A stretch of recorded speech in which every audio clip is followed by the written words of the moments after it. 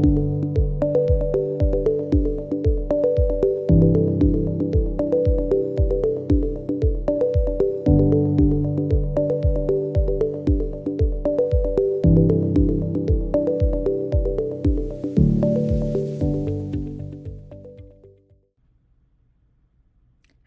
and welcome to Yoga Eat Love. I'm your guide, Sabrina. Let's practice peace, presence, and embodied alignment together. Because feeling complete is about more than what you eat. This channel is a sacred space to slow down, tune in, and live in alignment with your own true nature. Here you'll find introductory Himalayan Kundalini yoga practices like meditation, Kriya, mantra, pranayama, and soulful lessons and podcast style reflections like this one to support your inner peace, clarity, and nervous system balance. It's my intention that each offering is guided by the wisdom of the body, the rhythms of nature, and the understanding that you are not here to force, only to flow. So if you're craving a softer, more intuitive way to move, eat, rest, and reconnect, you're in the right place. So today I want to share with you why I choose intentions over resolutions.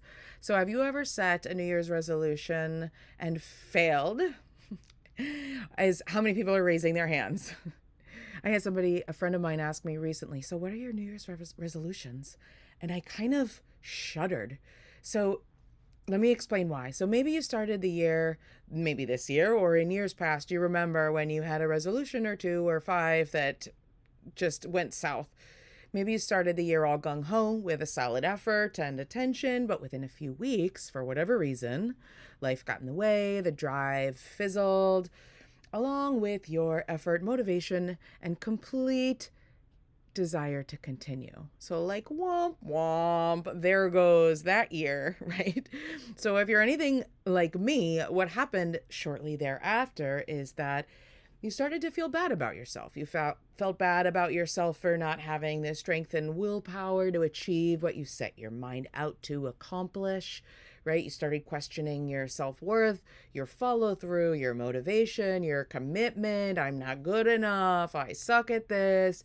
I wish I could this. I wish I could that. Anyway, triggering this landslide of all of these emotions and negative self-talk. Right? Like, hello, winter blues. It's not just about the really cold weather in February. It's not what it is. It's more than that. We get into this downward spiral, right? When our resolutions, when we don't follow through, or you get what I'm saying, right? So the problem here is that it's not just me and you. I actually read somewhere recently that like 80% of New Year's resolutions fail by the 3rd week of January. That is staggering. Think about that. Right? And it's obvious. Right? We all kind of know this. If you've ever been to the gym in January, maybe you go often, or January maybe is the only time you go. You know how busy it is in January. Every machine is taken. All the classes are at capacity. And then by February, it's totally back to normal. So we are not all failures. This is not the problem. The problem is with the inherent nature of resolution. So, right, like the problem is not you. Right? This is not the breakup thing. Like, it's not you, it's me. No, the problem is not you. It's not your strength, your willpower, your innate inability to do whatever. The problem is actually the ego trap of the resolution itself. So let me explain. When we set, which by the way are often very unrealistic resolutions for ourselves, when we set these resolutions for ourselves, whether we realize it or not, we're actually attaching our own happiness and self-worth to the outcome of the goal. So like my plan, let's say for my New Year's resolution is to lose 50 pounds, right? Whatever it is. And then if we don't lose that 50 pounds, we're not happy or we're not good enough, right? So the resolutions they're generally coming from the mind, right? They're generated in the mind space, specifically the untrained mind that lives in the ego, this I am state. And this is the very nature of the mind, right? There's nothing wrong with you. We actually need it in order to survive. It's part of our survival system, however outdated and antiquated it might be. But just bear with me. So when we set these resolutions from this ego I am state, we're actually attaching our own identity and self-worth to it, whether we realize it or not. Our identity and self-worth are all wrapped up in it. And that's when resolutions go south, we feel terrible about ourselves. Right? And like the moment we want to give up, we're ready to give up because the ego wants to actually keep us in a really safe, protected space, in the space that we know that is most comfortable with, is the space that it wants to stay in.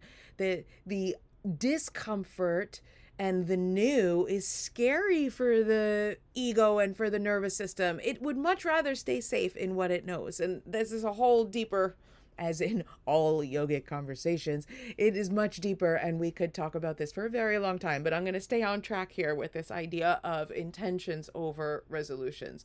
So now what I'm not saying is that we don't need goals and that we shouldn't seek our own personal growth and evolution, right? That's exactly what we want, is to evolve. That's our purpose in life, is to evolve. But what I am suggesting is just a really simple reframe, right? So to move from this idea of setting resolutions to establishing intentions instead.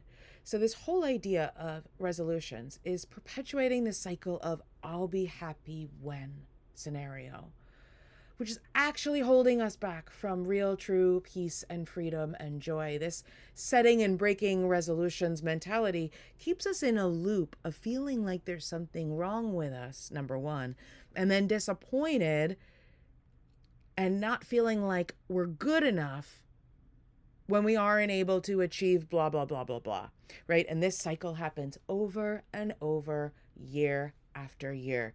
And then by the time you're in your 40s or 50s, you can feel this spiraling of like negative self-speak in your head over and over, year after. You could feel it compounding. And then like all of a sudden you're not good enough. And maybe you were great in your 20s. Before you really started to fail with your resolutions, but by now you're like, oh shit, I suck. But right, so that this is all like created by the mind. This is all created by it's all in our heads. And the problem is in the very nature of the resolutions themselves. So we just need to reframe. And so why I prefer intentions over resolutions is that intentions come from the heart space and they set direction, where resolutions are these like lofty, unrealistic goals that most of us can't actually ever meet. So now, along with New Year's, I want to say something else, right? Because New Year's, although it is somewhat fabricated, right? It's this Gregorian calendar, but we all follow it, right? And we all live in time. So there is great opportunity in this calendar change in this month, this first month of the year, one that can really serve us well, especially if there are real changes and shifts that we'd like to make in ourselves. And right, like everybody feels this now, like this new year gives us an automatic clean slate, a chance to start over, right? But so does every new moon, and so does every sunrise, for that matter. So whenever you're listening to this, it applies. It doesn't have to be just in January for the new year. It could be every day or every month.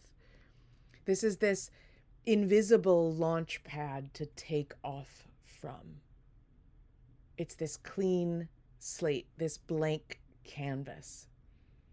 So whenever you're listening to this month or day or year can be a really powerful time to reflect and listen to your heart and plan for the season ahead.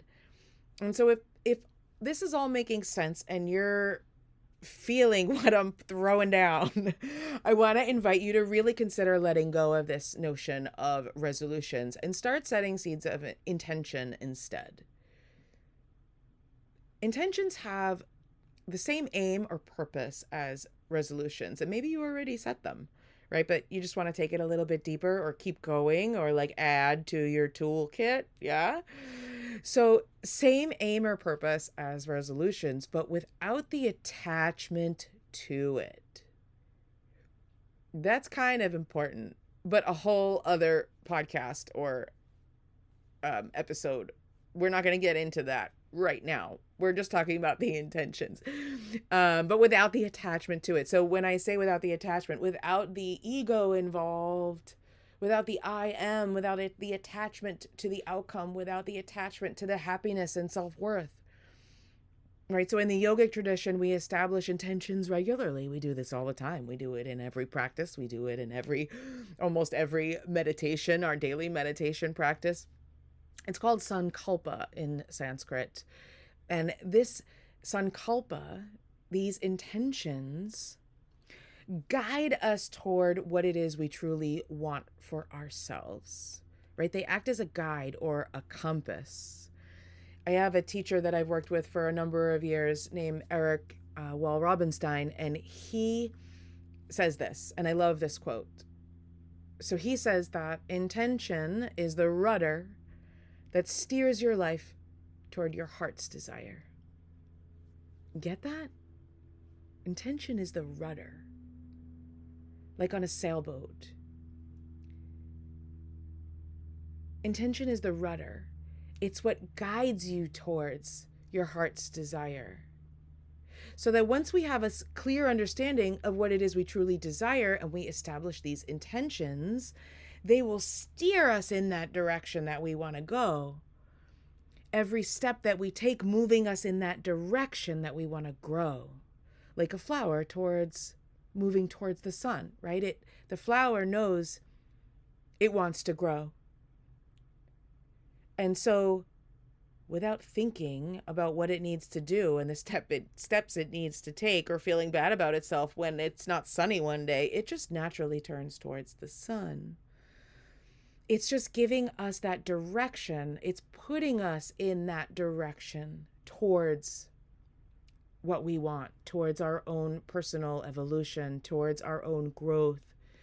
And then when we consistently move in the direction of our intentions, we can actually never fail, right? We can never lose our confidence or be disappointed in ourselves again because we're moving in the direction thereof. We're not attaching everything to the outcome of it, right? We're being guided towards setting our intentions, and these regular reminders of our intentions is moving us in that direction so that we can actually become the masters of our own inner world and stop letting the mind be the master, because the mind is a terrible master. As another one of my teachers would say, the mind is a terrible master, but wonderful servant. So we're actually retraining the mind with our intentions to serve us, right? To serve our heart's desires. We become the masters of our own inner world this way, right? And the masters of our universe, right? I have the power. If you were a kid growing up in the 80s, you know that reference. He-Man and She-Ra, huge fan. So this is your superpower, right? I can relate yoga to anything, including cartoons. But really, like, this is our superpower. It's something that people don't really talk about, and like, let's start talking about it. So setting our intentions rather than resolutions so that we can never fail. We can never lose confidence or be disappointed in ourselves, right? And so we become the masters of our own inner world. Now, here's a key, is that before you can get to this place, you need a clear understanding of what it is you really want. And not from the mind, right? But from the heart space. And the only way to hear the heart's whispers is to really slow down and get quiet. And from that still point, from that still space, where the waters are clear and calm, you can ask yourself, what is my heart's desire? and then simply listen. And what floats to the surface, what bubbles up from within, that is your intention. Now, I know there's a lot of noise, right? We live in a very busy world full of lots of distractions. Oh my goodness, they're everywhere. We're all susceptible to them. So to help you get there, I recorded a short meditation practice that you can do with me. And when I say help get you there, I mean get to that still space where you can ask.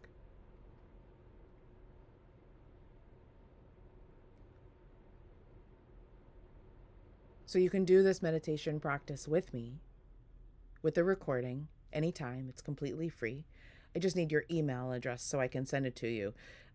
Just go to my website, sabrinacaliyoga.com, and scroll down to where it says stay connected and aligned, and just drop your name and email in there, and you'll get the free meditation right to your inbox, and then you have it. Right? Or you can shoot me a DM. Just send me a DM either on Facebook or Instagram or wherever, and I can add you that way also. All right. So that is all for today. I hope you have a better idea about why I choose intentions over resolutions. And I invite you to subscribe and practice with me. Let's move with your energy, not against it. Until next time, stay connected to your breath, your body, and your own inner wisdom. Namaste.